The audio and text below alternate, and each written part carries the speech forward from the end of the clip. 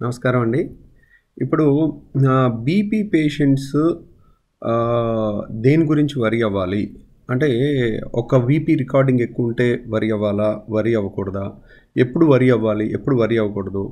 ఎందుకు చెప్తున్నానంటే మన హాస్పిటల్‌లో నిన్న ఒక పేషెంట్ అడ్మిట్ అయ్యారు. 43 ఏళ్ళు లేడీ పేషెంట్ 43 ఏళ్ళు. సో బీపీ 200 దాకా వెళ్ళి బ్రెయిన్‌లో రక్తనాళం చిట్లిపోయి పక్షవాతంతో వచ్చారు. అంటే 43 ఏళ్ళలో పక్షవాతం రావటం అనేది ఎంత ట్రమాటిక్ థింగో చూడండి.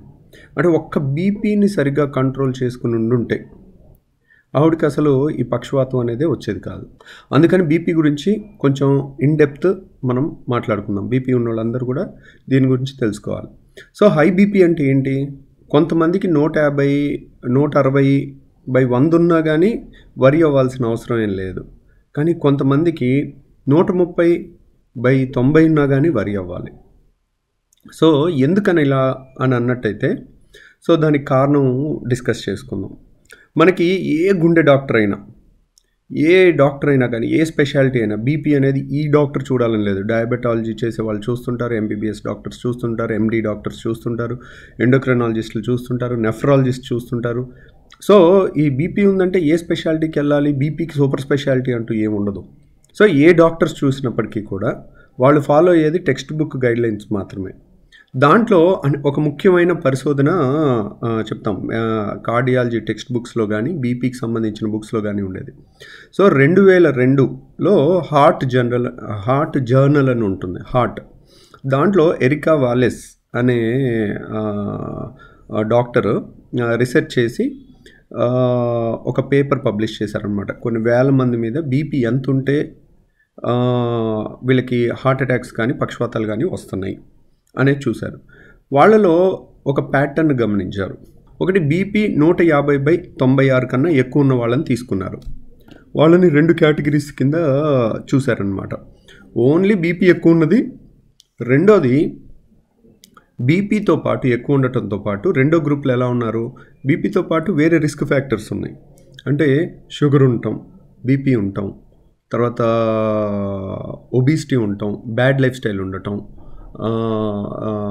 తర్వాత స్మోకింగ్ ఉండటం, ఆల్కహాల్ ఉండటం, తర్వాత వయసు 65 ఏళ్ళు దాటి ఉండటం, మేల్ పేషెంట్ అయి ఉండటం, పొట్ట దగ్గర కొవ్వు ఎక్కువ ఉండటం, సో స్ట్రెస్ ఎక్కువ ఉండటం, సెడెంటరీ లైఫ్ స్టైల్ ఉండటం, ఇవన్నీ కలిసి ఉన్న గ్రూప్ ఒక గ్రూప్ కింద క్రియేట్ చేసి ఇవి లేని వాళ్ళని ఒక గ్రూప్ కింద పెట్టి వాళ్ళని ఒక 10-15 ఏళ్ళు అబ్జర్వ్ చేసి ఫాలోఅప్ చేసి చూసినట్లయితే కనుక వాళ్ళలో ఇప్పుడు ఓన్లీ బీపీ ఒక్కటే ఉన్న వాళ్ళకేమో ఈ పక్షవాతాలు కానీ హార్ట్ అటాక్లు కానీ సడన్ డెత్లు కానీ అవ్వటం అనేది చాలా అరుదుగా జరిగింది.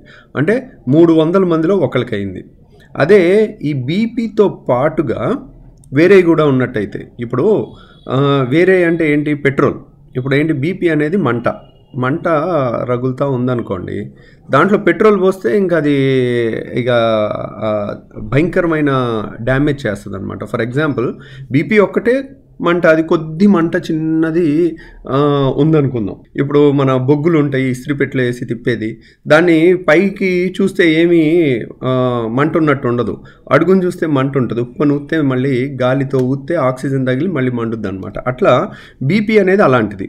దాంట్లో పెట్రోల్ లాంటిది ఏంటి? ఇప్పుడు నేను చెప్పిన బ్యాడ్ ఫ్యాక్టర్స్ అవి ఉన్న వాళ్ళకి ఏంటంటే బీపీ ఒక్కటే ఉన్న వాళ్ళకేమో 300 మందికిలో ఒకరికి బ్యాడ్ ఈవెంట్స్ అంటే హార్ట్ అటాక్ కానీ పక్షవాతం కానీ సడన్ డెత్ కానీ అవుతుంది. అదే ఓన్లీ బీపీ ఉండి వేరే రిస్క్ ఫ్యాక్టర్స్ అంటే ఈ పెట్రోల్ లాంటిది లేకపోయినట్టయితే, అదే ఈ పెట్రోల్ లాంటివి ఏంటి? 65 ఏళ్ళు దాటి ఉంటాం, అది కొంచెం రిస్క్ ఫ్యాక్టర్. తర్వాత స్మోకింగ్ చేసేవాళ్ళు కానీ, షుగర్ ఉండి కానీ, బీపీ ఉండి కానీ, సెడెంటరీ లైఫ్ స్టైల్ ఉండటం కానీ, స్ట్రెస్ ఉండటం కానీ, ఇవన్నీ ఉన్న వాళ్ళకి ఇది పెట్రోల్ లాంటిది. వాళ్ళకి 16 మందిలో ఒకళ్ళకి హార్ట్ అటాక్ కానీ పక్షవాతం కానీ సడన్ కార్డియక్ డెత్స్ కానీ వస్తున్నాయి. అంటే మీరు అర్థం చేసుకోవాల్సింది ఏంటి? బీపీ 160 ఉండగానే హైరాణ పడిపోవద్దు. ఇప్పుడు దేనికి భయపడాలనేది కూడా మనకు తెలిసి ఉండాలి. ఇప్పుడు నిన్న పక్షవాతం పేషెంట్ వచ్చారు కదండి, అమ్మాయి సిటీ స్కాన్ చూపిస్తాను, ఆశ్చర్యపోతారు. ఇంత లావు బ్లీడ్ బ్రెయిన్లో అయిందనమాట. సో అదృష్టవశాత్తు రాగానే సిటీ స్కాన్ చేసి ఎంఆర్ఐ చేసి మనం దాన్ని కనిపెట్టి వెంటనే బీపీ కంట్రోల్ చేసేసరికి తను కంప్లీట్ రికవర్ అయ్యారు. కానీ ఒక్కోసారి అన్నిసార్లు అంత అదృష్టం ఉండదు. సడన్గా పెద్ద పక్షవాతం వస్తే ఒక్కోసారి రివర్స్ అవ్వకపోవచ్చు. వాళ్ళేంటి బీపీ ట్యాబ్లెట్లే అసలు కంప్లీట్గా ఆపేశారు. ఎందుకు ఆపేశారంటే కొంచెం వాళ్ళకి అవగాహన లేక, కంప్లైంట్ నొప్పి బాధ ఏం లేక, కొంతమందికి బీపీ 200 ఉన్న నొప్పి ఉండదు, అందువల్ల ఆపేస్తారు. అది చాలా డేంజర్ అనమాట. కాబట్టి నేను చెప్పదలుచుకున్న పాయింట్ ఏంటంటే ఈ పరిశోధనలో కానీ బీపీ ఒక్కదాన్నే చూడొద్దు, బీపీతో పాటు ఇంకా ఏమేమి ఉన్నాయి చూడండి.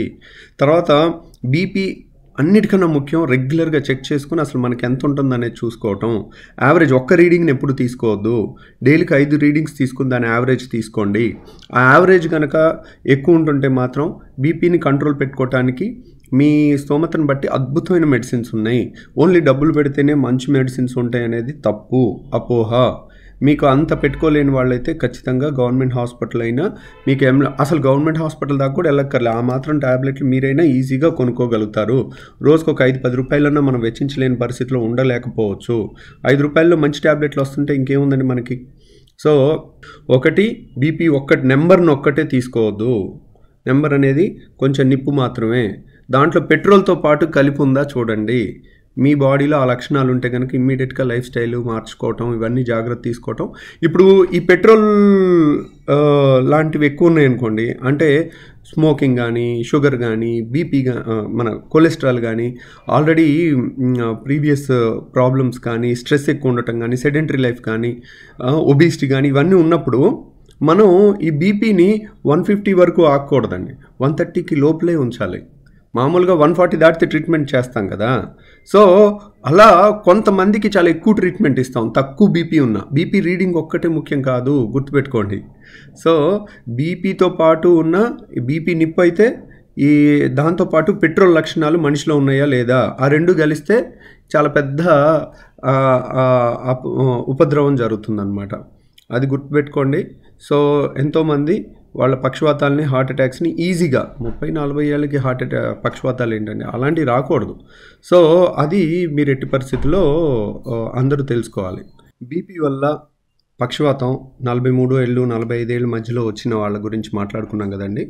ఆ పేషెంట్ సిటీ స్కాన్ చూడండి, ఇదంతా నార్మల్ బ్రెయిన్. సో ఈ బ్రెయిన్లో రక్తనాళం చిట్లిపోయి ఈ ఎర్రగా వచ్చిందంతా బ్లడ్ క్లాట్ అనమాట. సో ఈ బ్లడ్ క్లాట్ వల్ల ఆవిడకి పక్షవాతం రావటం జరిగింది. ఇమ్మీడియట్గా బీపీ కంట్రోల్ చేసి ఈ బ్లడ్ క్లాట్ చుట్టూ చూసినట్టయితే మీకు చాలా అంటే ఎడిమా అనేది ఉంది, అంటే వాప్ అనేది ఉంది. ఈ నల్లగా ఉన్నది చూసారా, ఈ నల్లదంతా సెరెబ్రోస్పైనల్ ఫ్లూయిడ్ అంటారు. ఒకసారి ఈ బ్లడ్ క్లాట్ కనుక ఇక్కడ బ్లడ్ క్లాట్ కానీ ఈ దీంట్లోకి ఎక్స్టెండ్ అయితే కనుక ఇంకా డేంజర్ ఎక్కువ ఉంటుంది అనమాట, ప్రాణహాని ఎక్కువ ఉంటుంది. సో ఇది ఫస్ట్ సిటీ స్కాన్. తర్వాత ట్రీట్మెంట్ ఇచ్చి 3 రోజుల తర్వాత మళ్ళీ తీసినట్లయితే మీరు చూడొచ్చు దాని చుట్టూ ఉన్న ఎడిమా అనేది తగ్గింది. ఎడిమా అనేది తగ్గేసరికి ఆవిడ రికవరీ అనేది బాగైంది. ఈ బ్రెయిన్ మొత్తంలో చూసారుగా తెల్లగా బ్లడ్ క్లాట్ అనేది ఎలా కనపడుతుందో. సో ఈ 40 ఏళ్ళు ఇప్పుడు మన దగ్గర న్యూరాలజిస్ట్ అనేది డాక్టర్ గారు ఉన్నారండి. వాళ్ళని అడిగిన ఏ న్యూరాలజీ డాక్టర్ దగ్గరికైనా మీకు తెలిసిన వాళ్ళ దగ్గరికి వెళ్ళి బీపీ ఎక్కువ అవటం వల్ల ఇలా బ్రెయిన్లో బ్లడ్ క్లాట్ అయిన వాళ్ళు ఎంతమంది ఉంటారు, నెలకి ఎంతమందిని చూస్తారంటే ఒక్కొక్క న్యూరోఫిజిషియన్ అంటే న్యూరాలజిస్ట్ లేదంటే ఒక్కొక్క ఐసీయూలో ఒక్కొక్కళ్ళు నెలకు ఒకళ్ళు వస్తున్నారనుకోండి. మనం దేశం మొత్తం ఉన్న ఐసీయూలు మొత్తం లెక్కేసుకుంటే ఎన్ని లక్షల మంది ఓరకే సింపుల్ ఉత్త పుణ్యానికి ఒక చిన్న ట్యాబ్లెట్తో కనుక, ఒక చిన్న నాలెడ్జ్తో కనుక ఇది బీపీ వల్ల వచ్చిన బ్లడ్ క్లాట్ అనమాట, దీన్ని మనం తగ్గించుకోవచ్చు. సో ఇది కేవలం అవేర్నెస్ వల్ల మాత్రమే సాధ్యమవుతుంది. బీపీకి ఎప్పుడు భయపడాలి, ఎప్పుడు భయపడకూడదు. బీపీ అంటే ఏంటి, అదొక నిప్పు లాంటిది. దాంట్లో నిప్పు ఒక్కటి డేంజర్ కాదండి, గుర్తుపెట్టుకోండి. నిప్పులో పెట్రోల్ పోస్తారు చూడండి, ఆ పెట్రోల్ డేంజరస్. అదే బీపీనే కంట్రోల్లో పెట్టుకుంటే ఆ నిప్పే లేకుండా అయిపోతుందిగా. అప్పుడు పెట్రోల్ ఉన్నా కానీ ఒకసారి పక్షపాతాలు రాకపోవచ్చు ఎక్కువ, కానీ మనం అన్నిటినీ కూడా కంట్రోల్ చేసుకోవాలి. బీపీ ఇంపాక్ట్ని పెంచే రిస్క్ ఫ్యాక్టర్స్ ఉన్నాయి కదండి, స్మోకింగ్ కానీ, ఇవన్నీ కూడా కంట్రోల్ చేసుకోండి. Thank you very much. మళ్ళీ చెప్తున్నాను, ఏమనుకోవద్దండి, చాలా ఇంపార్టెంట్ కాబట్టి. So thank you very much.